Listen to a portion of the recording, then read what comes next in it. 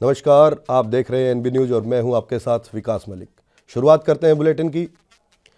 केंद्रीय जल शक्ति मंत्री गजेंद्र सिंह शेखावत ने दिल्ली में प्रदूषित हुई यमुना पर अपनी प्रतिक्रिया दी है। उन्होंने कहा कि दिल्ली में सरकार की उदासीनता के कारण बहन बेटियों को गंदे पानी में पूजा करनी पड़ रही है।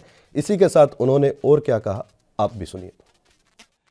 देखिए, किस पवित्र भाव और आस्था को लेकर के अपने सुहाग की रक्षा के लिए और समृद्धि और यश की कामना के साथ में माँ और बहनें नदी के जल में प्रवेश करके सूर्य भगवान को अर्घ चढ़ाती हैं। उसका दर्द आप आसानी से महसूस कर सकते हैं कि उस पानी के गंदे पानी में, झाग से भरे हुए, फेन से भरे हुए पानी में अपनी जान को जोखिम में डाल करके उसको उतरना पड़ता है। और उसके ऊपर उसकी आज उस दुर्भाग्य के पीछे जो जिम्मेदार हैं वो लोग उल्टा उन्हीं माताओं बहनों को कहें कि उनके जाने से प्रदूषण और बढ़ेगा। मुझे लगता है कि इससे ज़्यादा दुर्भाग्यपूर्ण और कुछ नहीं हो सकता और इससे ज़्यादा पापपूर्ण कथन कुछ नहीं हो सकता। ये पाप जो है केजरीवाल साहब के सिर पर चढ़कर, देखिए, गंगा नदी पर शुद्धता, अविरलता, निर्मलता पर जिस तरह का प्रभाव हुआ है उसको आज देश और दुनिया ने देखा है। हम भी कभी भी जाकर के उसको देख सकते हैं। सहायक नदियों पर भी काम प्रारंभ हुआ है, लेकिन दुर्भाग्य से दिल्ली में जिस तरह की उदासीनता और अकर्मण्यता है और जिस तरह के हालात उस उदासीनता और अकर्मण्यता के कारण से बने हैं, उसकी जिम्मेदारी लेने के बजाय दुर्भाग्य से आज दिल्ली की सरकार उल्टा उन आस्था से भरी हुई महिलाओं को, उनको जिम्मेदार उसके लिए ठहरा रहे हैं। मुझे लगता है कि इससे ज़्यादा जो है लोकतांत्रिक रूप से चुनी हुई सरकार अपने मतदाताओं को अपमानित करने का कोई बड़ा।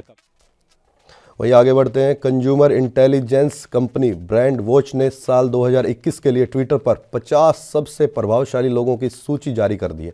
इसके अनुसार प्रधानमंत्री नरेंद्र मोदी ट्विटर पर दूसरे सबसे प्रभावशाली शख्स हैं, जबकि पहले स्थान पर अमेरिकी गायिका टेलर स्विफ्ट है। इस सूची में पीएम मोदी के आसपास कोई भी दूसरा नेता नहीं है। वहीं इस 50 सबसे प्रभावशाली लोगों की सूची में महान बल्लेबाज सचिन तेंदुलकर का नाम भी शामिल किया गया है।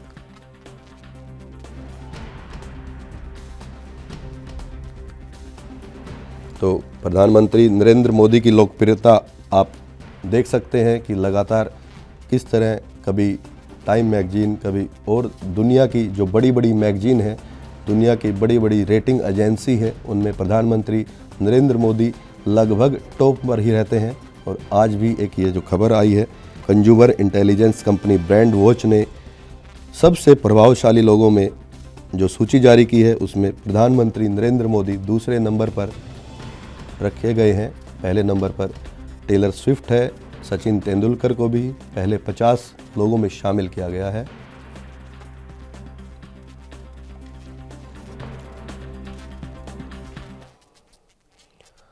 वहीं बढ़ते हैं आगे। उत्तराखंड में 4 धाम यात्रा से जुड़ी 3 सड़कों की चौड़ाई बढ़ाने को सुप्रीम कोर्ट ने देश की सुरक्षा के लिहाज से अहम माना है। प्रोजेक्ट के खिलाफ एक एनजीओ की याचिका पर सुनवाई करते हुए कोर्ट ने कहा कि देश को सुरक्षा पहली प्राथमिकता है। हाल के दिनों में सीमा पर हुई घटनाओं को देखते हुए इसकी अनदेखी नहीं की जा सकती।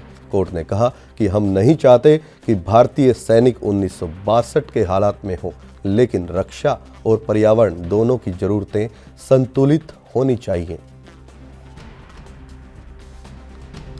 तो चीन सीमा पर भारत सरकार लगातार काम कर रही है। सुरक्षा के लिहाज से सड़कों की चौड़ाई बढ़ाई जा रही है।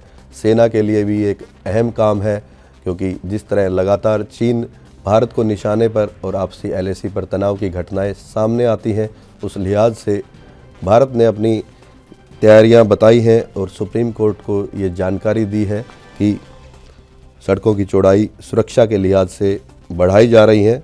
और प्रोजेक्ट जो बनाया जा रहा है उसमें पर्यावरण से जुड़ी दिक्कतें भी हैं, लेकिन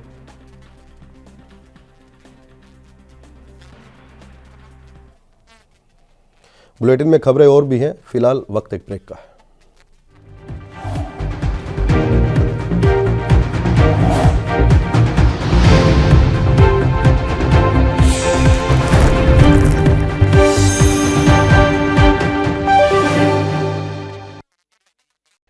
ब्रेक के बाद एएनबी न्यूज पर आपका फिर से स्वागत है। वही बात अब कोरोना की करते हैं। देश में पिछले 24 घंटे में कोरोना के 11,466 नए केस सामने आए हैं।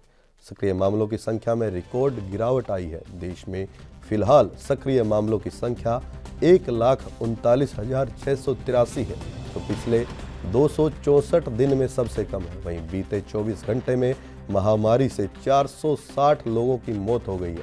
11,466 नए मामलों में से केरल से ही 6,409 मामले दर्ज किए गए हैं। वहीं केरल में पिछले 24 घंटे में 47 लोगों की मौत हो गई। केंद्रीय स्वास्थ्य मंत्रालय के आंकड़ों के मुताबिक देश में लगातार 33 दिनों से कोविड के दैनिक मामले 20,000 से कम हैं और 136 दिन से 50,000 से कम नए दैनिक मामले सामने आ रहे हैं।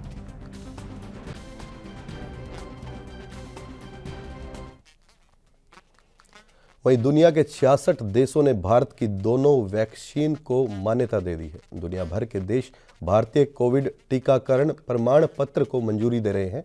ये भारत के टीकों और हमारी टीकाकरण प्रक्रिया की विश्वव्यापी स्वीकृति को दर्शाता है। इस बारे में जानकारी देते हुए केंद्रीय स्वास्थ्य मंत्री मनसुख मांडविया ने कहा कि देश में अब तक 109 करोड़ से अधिक वैक्सीन की डोज लगाई गई है।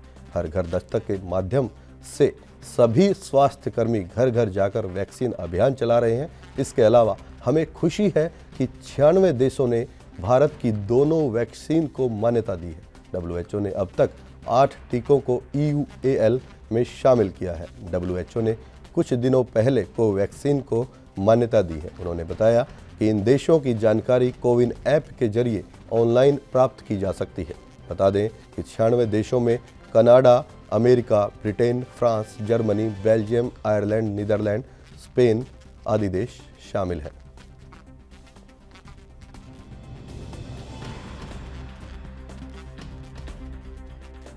मोदी जी के नेतृत्व में देश में दुनिया का सबसे बड़ा वैक्सीनेशन अभियान चल रहा है। आज तक देश में 109 करोड़ से अधिक डोज लग चुके हैं। हर घर दस्तक के माध्यम से सभी हेल्थ कर्मियों घर घर जाके वैक्सीनेशन अभियान चला रहा है।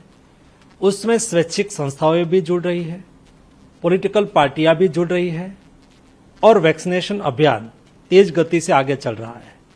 उसके अलावा 96 कंट्री ने कोवैक्सीन और कोविशील्ड भारत की दोनों वैक्सीन को मान्यता दी है और कोविन ऐप के माध्यम से आप ये सूची देख सकते हो। विदेश में ट्रैवल करने वाले भारतीय नागरिक को सर्टिफिकेट मिले और विदेश के एक्सपेक्टेशन के अनुसार उसको सर्टिफिकेट के लिए भी कोविन ऐप में व्यवस्था की गई है। कोविन ऐप पर लॉगिन करके वो सर्टिफिकेट भी ले सकते हैं।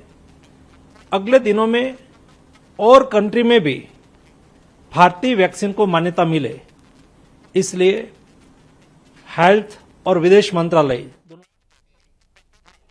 वहीं अल्मोड़ा मेडिकल कॉलेज के शुभारंभ को लेकर अब राजनीति गर्मा गई है। आपको बता दें कि 2004 में कांग्रेस की ND तिवारी सरकार ने पहाड़ी जिलों की खस्ता हाल स्वास्थ्य सुविधाओं की कमी को दूर करने के लिए मेडिकल कॉलेज की बुनियाद रखी थी, लेकिन सरकार की अनदेखी के चलते मेडिकल कॉलेज सफ़ेद हाथी बनकर रह गया है। जिले के प्रभारी मंत्री बिशन सिंह चुफाल ने कहा कि जल्द ही ये मेडिकल कॉलेज अपना स्वरूप ले लेगा। जो कमियां हैं उसे दुरुस्त किया जा रहा है।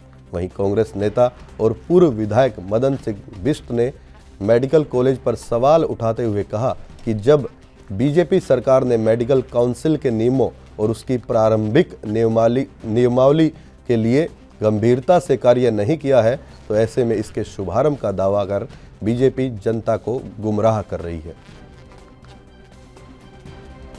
निश्चित रूप से जो समय है समय सीमा के अंतर्गत पूरा होगा, क्योंकि उसमें मंत्री जी ने भी कहा, सरकार ने कहा कि यहाँ पर जो अधिकारी की जिस डॉक्टर थे, जो यहाँ के प्राचार्य थे, उनके उससे थोड़ा काम में देरी हो रही थी।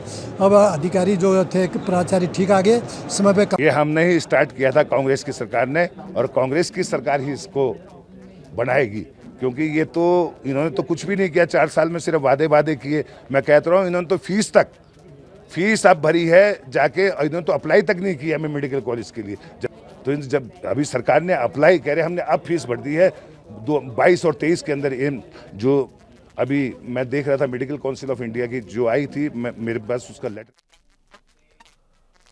राजस्थान सरकार ने स्कूल खोलने के संबंध में एक बड़ा फैसला लिया है। सरकार ने कहा कि 15 नवंबर से राज्य में 100% क्षमता के साथ स्कूल खोले जाएंगे।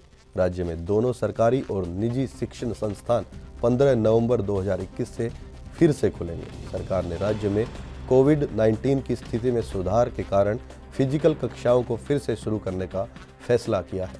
राज्य में फिलहाल कोविड के कारण मृत्यु अनुपात 0.94 है। इसके अलावा कोविड के सक्रिय मामलों में भी काफ़ी गिरावट आई है।